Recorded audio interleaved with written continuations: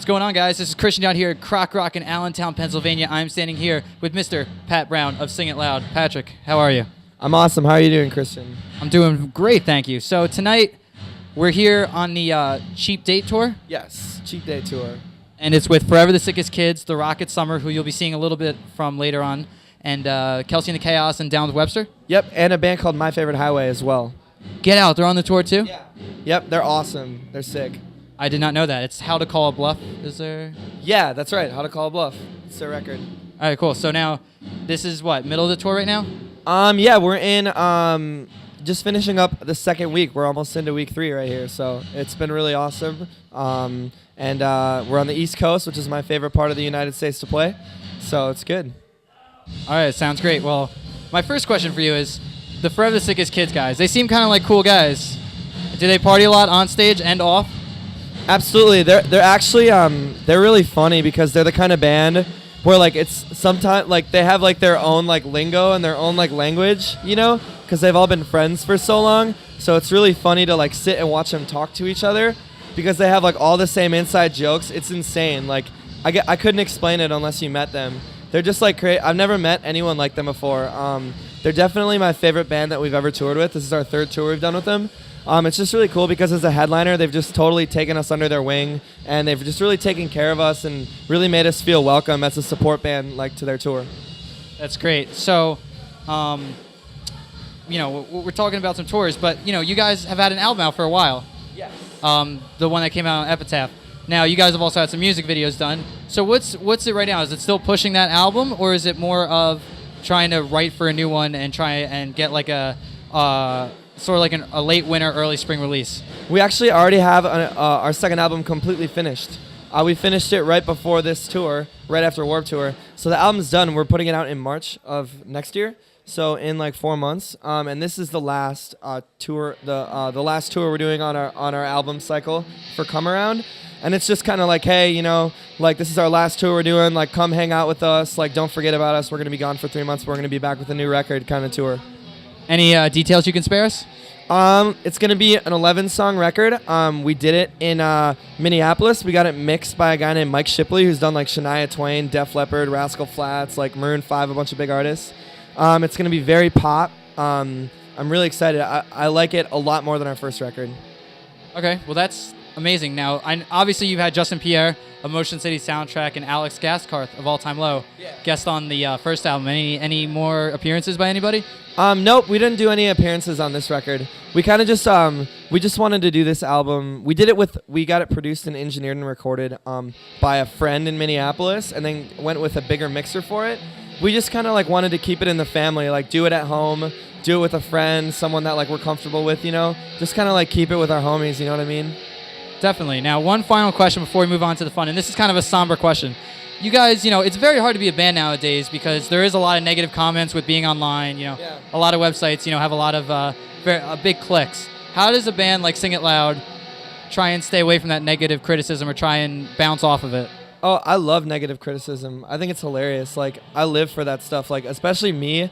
A lot of people on the internet don't like me very much and say a lot of bad stuff about me. But I think on a lot of websites, like, when people say a lot of bad stuff about your band, it just means that you're getting bigger and they're jealous of it. So like look at like when they like talk bad about like Cobra Starship or like Fall Out Boy, like what's so bad about them? They're massive, you know what I mean? Like, I love when people say bad stuff about us. I think it's hilarious because I'd rather have people talk about my band than not talk about my band, you know what I mean?